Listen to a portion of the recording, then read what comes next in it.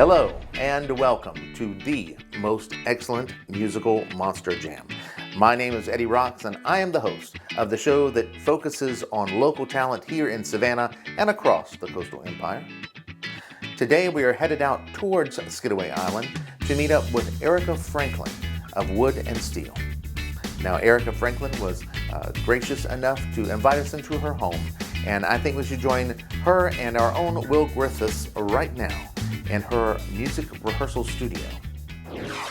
My name is Will Griffiths, and with me now is Erica Franklin with Wood and Steel. How are you doing, Erica? I'm good. How are you, Will? I'm doing good.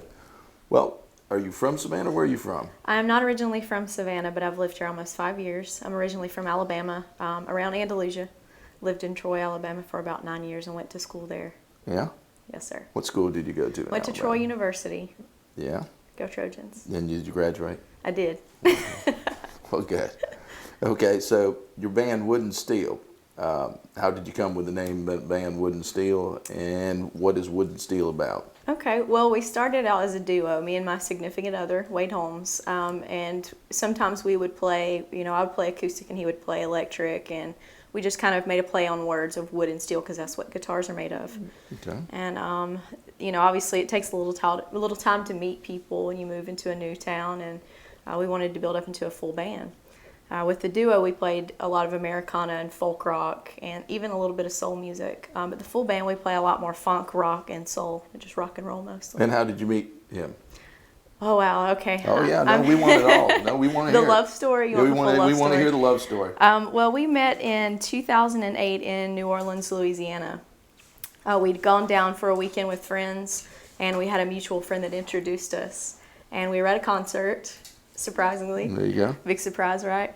And we became friends, and we were friends for a few years, and probably a little mentally more than that. We both had a crush and resisted because of the distance. He lived in Indiana, Yeah. which is where he's from, and I'm from Alabama, and that's where I was. But we maintained a long distance friendship, and then later on it became more than that, and Well, good. moved to Savannah. Well, good. Okay, and how many people do you have in your band? We have 5 people now. So we have myself, and I do vocals and play guitar, and we have Wade Holmes, who is our lead guitarist and vocalist as well. We have Justin Tusky, who is a vocalist and plays bass guitar, and our newest members are David Murray, who's our drummer, and we also just recruited Cyril Durant. He's a vocalist and a keys player as well. So we've got 4 vocals in our band now, which is so much fun. Oh, sounds good. Yes, sir. And what type of music is it? So let's see, you said it was Americana, but who does the songwriting with the band? Well, with the duo, we play some Americana. Now, the band, we play funk and rock and soul. Okay. And I would say predominantly the original stuff, Wade writes all of that. He'll come up with a riff or some words, and then he'll kind of base the songs around that. Maybe we'll get together and kind of build on that as the 5-piece and kind of see where it goes. But most of the original stuff has been blues, funk, fusion. I understand you have some stuff on YouTube that people can click on to see. Yes, sir. We have videos on YouTube if you just search Wood and Steel, A-N-D spelled out, not an ampersand. Gotcha. And we also have a website, woodandsteelmusic.com. There's videos there, and of course everything's all over Facebook. So if you get on there and go down the rabbit hole, you can find all kinds of videos. And what's your favorite song that you have, that you would say is your favorite song that you have on there right now? My favorite song that we have on there would be the original song called Low and Slow. Low and Slow, okay. It's about food. Don't get any dirty ideas. Oh, no. My man comes knocking, he knows just what I like.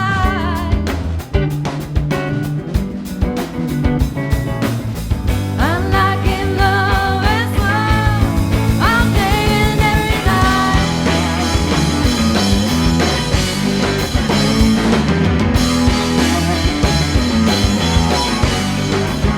Yeah.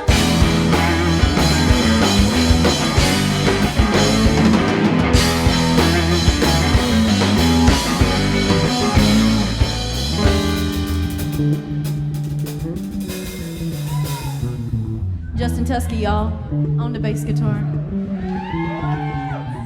So do you have any plans for any upcoming gigs? Yes, sir. Our next gig, well, we're looking to book something with the Rock and Roll Marathon, so stay tuned to our Facebook and all of that, and we'll announce that. But our next solidified gig that's on the books is November 5th at Basil's, at the bar at Basil's. Yeah. We play at 8-ish. Since football season's still going, that could, be pushed back a little bit. But And I know they around have, 8 to 11. I know they have bands at the also the place right behind them. Trying to think of what the name of that place is. Molly McGuire's? Yeah, Molly McGuire's. Have you talked to them? We haven't yet. That's certainly something we should look into. Yeah, they book bands there as well. Yes, sir. Thank you. What people inspired you to play music?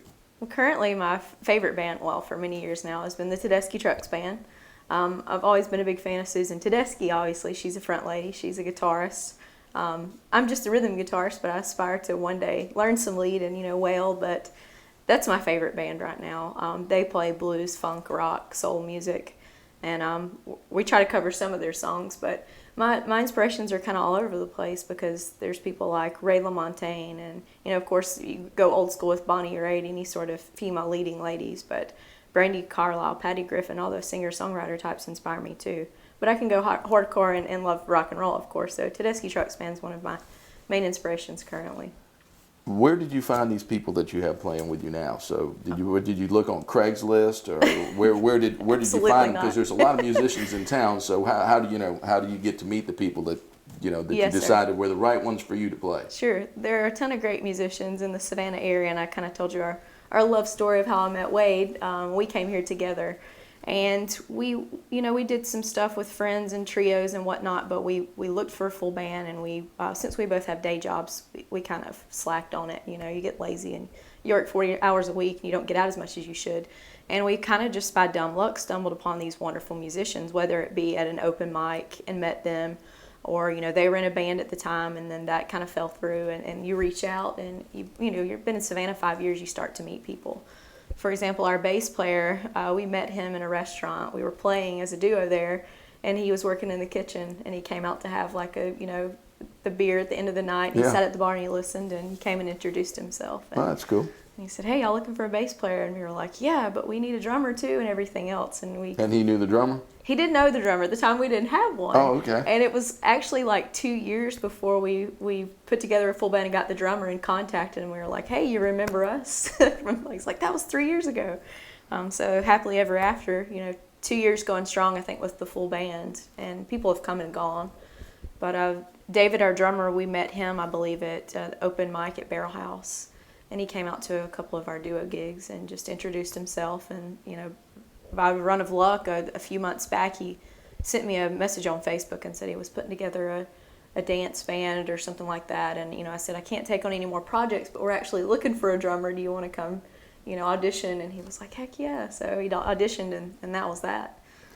So do you write the lyrics for your songs, or your significant other? Wade writes most of the lyrics. Some of them we kind of get together and add some stuff. He'll say, "I've got this really catchy riff." That's usually what his is based around, a guitar riff, because he's an excellent guitar player. Yeah. And then, maybe he'll come in and say, "I kind of have this idea and I'm stuck, I need another verse, or what do you think about this chorus?" And we'll kind of get together on that.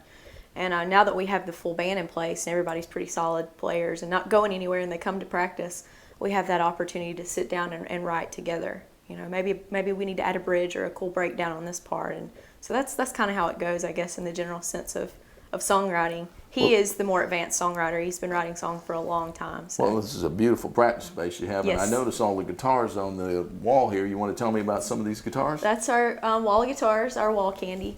To my left over here are Wade's guitars. The Fender Jaguar is the newest to the addition. And then the blue one in the middle is the Reverend. And the one on the end is his Strat. He's had that one for a very, very long time. And so those are the tools we use to make the music. And these are mine over here. This is my Martin D28. I've had her for a very, very long time. That's Lola. I name all of my guitars. Of course you do. Of course. You have to. Yeah. And the one in the middle is a Reverend Buckshot. Her name is Mavis. Okay. And the one on the end, I obviously don't play out at shows, but I take it when we go to festivals and camping. It's a Martin backpacker. And if you'll notice, it's autographed by Derek Trucks and Susan Tedeschi. Well, there you go. Yeah. Well, there you go. So did you meet them at the show? Or I have met them twice, and it's actually a pretty funny story. The first time I met them was in the Atlanta airport. We were going to get on a flight to go to Spain for vacation. This was 2 years ago now, year and a half. And we were sitting there, and my father-in-law, if you will, yelled, "That's the Trucks kid, the Trucks kid." And we look up, and it's Derek Trucks. and I see Susan TEDESCHI in front of them. So I take off in a sprint running after them, and they go in the bathroom. So I wasn't going to be that bad of a stalker and follow them in the restroom, so I waited patiently outside until they came out. And I got to meet them, and as soon as I saw Susan come out of the restroom, I just started crying immediately, boo-hooing. Had no idea that's how I'd react, but the second time I met him was here in Savannah. Last February, they played a show here. Did you cry that time too? Yes, every time. I don't know what's wrong with me. I tried not to, and I didn't know I was going to do it, but I got 10 feet away and I started tearing up, But these are my musical influences, my greatest influence, people I admire the most. So. Well, they must touch your heart. They do. Derek's little sister opened a smoke shop on the south side, and they did a meet and greet there before the show. And of course I was there. Of course you were. I got to meet the full band. Did you cry there too? Yes. That's actually where I got them to sign the guitar. I took it in and got to meet him and hug him and stood there until I cried. I couldn't really say anything. They probably know you as the crier by now. They were like, "You're that girl in the airport that waited outside the bathroom." No, they didn't remember me, but I reminded them about the bathroom incident, and Derek was kind of like, yeah. I don't know if he really remembered or not, but he was nice enough to say he did. So good. Those are my encounters with my favorite musicians in the world. So proud to have that story to tell. So this is the practice space that you practice in, right? Yes, sir. This is where the magic happens. Well, how does your normal practice go? Tell me about your practice. Well, we try to practice at least once a week, depending everyone's schedule. If we have a big event coming up, we'll try to get together twice a week. But we don't really call it practice. We call it hanging out, jamming, and we get it together. I cook dinner usually every week. If we're cramming for something. That's nice of you. Thank you. Yeah. I like to cook, and I like to eat, and my friends like to eat because we are like a family. This is our home. So when we bring people in, it's we have an audition.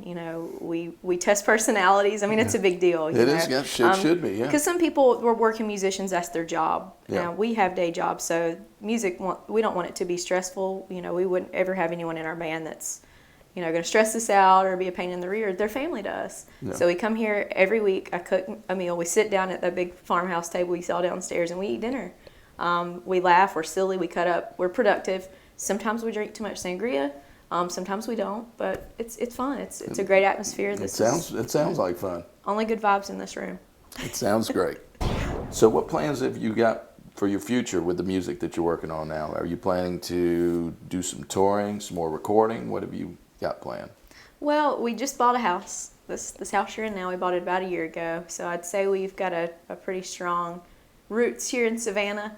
We all have great day jobs, so we don't plan to pack up and leave and go on the road and be working musicians 24/7. We all have great jobs, so we want to stay around here. We would like to do some gigs where we travel every now and then, but maybe once a month or during the summer do a small mini tour like a vacation. Yeah, you can write some hit songs and sit right here. It'd be great. We try, but we like a healthy mix of both. We like our jobs, and we like the career aspect of it, and we like the additional income from playing music, obviously, but I don't think that we'll ever pick up and go on the road as a full-time touring musician. There's nothing wrong with that. But we'd love to stay in the studio, write songs, record, play shows, even some studio work. I'd love to do some backup work in the studio, do some backup vocals or whatever, something fun like that.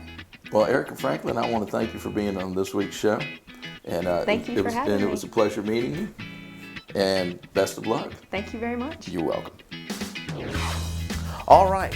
Well, another great interview. Thank you, Will, for doing such a great job. And thank you, Erica Franklin, for inviting us into your home. It was a very nice evening there in your rehearsal studio. And what I tell you, I love the little guitar collection. That was just awesome. So thank you very much. Now, next week, we have another lady. This will be the third lady in a row. And this lady is Sarah Poole. And if you haven't heard about Sarah Poole, she's an amazing songwriter right here in our own Savannah. I actually got to see her when we met Josh Johansson the first time at the Tybee Post Theater during the Savannah Songwriter Series. So you're going to love this lady. She's a great talent. And we will meet her next week here on the Most Excellent Musical Monster Jam. It's going to be Friday at noon. See you then.